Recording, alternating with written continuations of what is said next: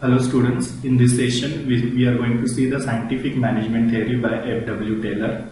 Here we have the introduction of scientific management theory. Scientific management theory is also known as classical theory of management, developed in the early 1900s with an emphasis on the increasing the workers productivity. मतलब ये जो scientific management theory है वो workers की productivity को या उनके output को बढ़ाने के लिए frame किया गया था. Frederick W. Taylor, 1856 to 1950, the pioneer in the scientific management theory, SMT, advocated the scientific study of the task to the increase the productivity. मतलब ये जो scientific theory है उसको develop करने वाले थे F.W. Taylor. The scientific management theory owes its origin to F.W. Taylor, who is regarded as a father of scientific management. ये objective में हमें पूछ सकते हैं कि who is the father of scientific management, तो F.W. Taylor is the father of scientific management. Taylor's primary concern was to increase the productivity through application of scientific method and increased pay for the workers. मतलब Taylor जो था वो productivity को increase करना चाहते थे through scientific method. Scientific method मतलब systematic काम का मेथड फॉलो करके और वर्कर्स के जो पे पैकेजेस है उसको इंक्रीज करके.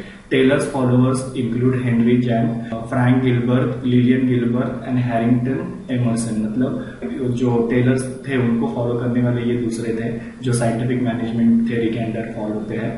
Then we have principles of scientific management. This can be an important question. पहला प्रिंसिपल है साइंटिफिक मैनेजमेंट का development of true science of the management.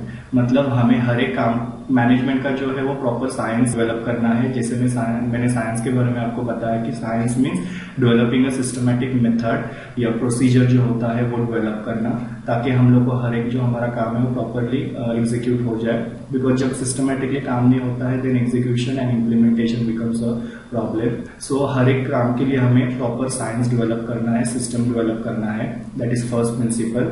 Second principle scientific selection of the workers. मतलब हर एक workers का जो selection है वो प्रॉपरली होना चाहिए. Right candidate should be selected for the particular job depending upon his abilities and skill. मतलब हर एक काम के लिए हमें कैंडिडेट सिलेक्ट करते समय वो कैंडिडेट के अंदर वो स्किल्स है कि नहीं वो देखना बहुत जरूरी है. जैसे पहले वीडियो में भी हम लोग ने देखा था कि कोई भी मार्केटिंग काम के लिए हमें जो एग्जीक्यूटिव कम्युनिकेशन स्किल अच्छी लगता है उसको सिलेक्ट करना पड़ता है.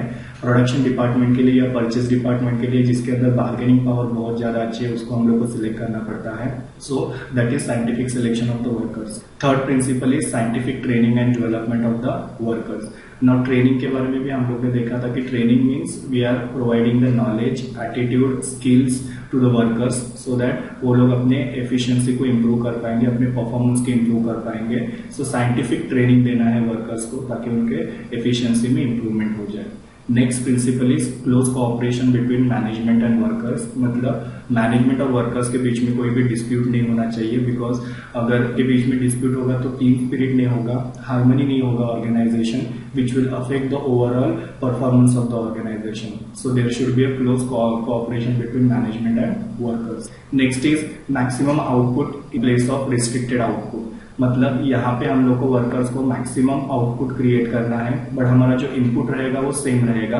अभी वर्कर्स मैक्सिमम आउटपुट कब क्रिएट करेंगे जब ऑर्गेनाइजेशन उनको मोटिवेट करेगी by way of sharing the profit और इंक्रीजिंग देयर पेयर पैकेजेस. सो यहाँ पे हमें अपना आउटपुट इंक्रीज करना है बट हमें हमारा इनपुट जो है वो सिमिलर रखना है. Next is division of work. Division of work काम से नाम से हमें पता चलता है कि हमें काम को क्या करना है, डिवाइड करना है. मीन्स हर एक काम को हमको हिस्सों में डिवाइड करना है और उसको अलग अलग इंसान को डिवाइड करके देना है ताकि वो काम प्रॉपरली हो जाए. डिवीजन ऑफ वर्क की वजह से स्पेशलाइजेशन बढ़ता है और स्पेशलाइजेशन की वजह से ही जो एफिशिएंसी होती है वो बढ़ जाती है.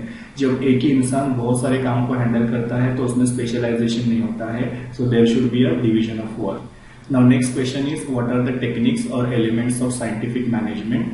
कि क्या क्या टेक्निक्स फॉलो किए जाते थे साइंटिफिक मैनेजमेंट के अंदर, जिसमें सबसे पहले है परफॉर्मेंस स्टैंडर्ड.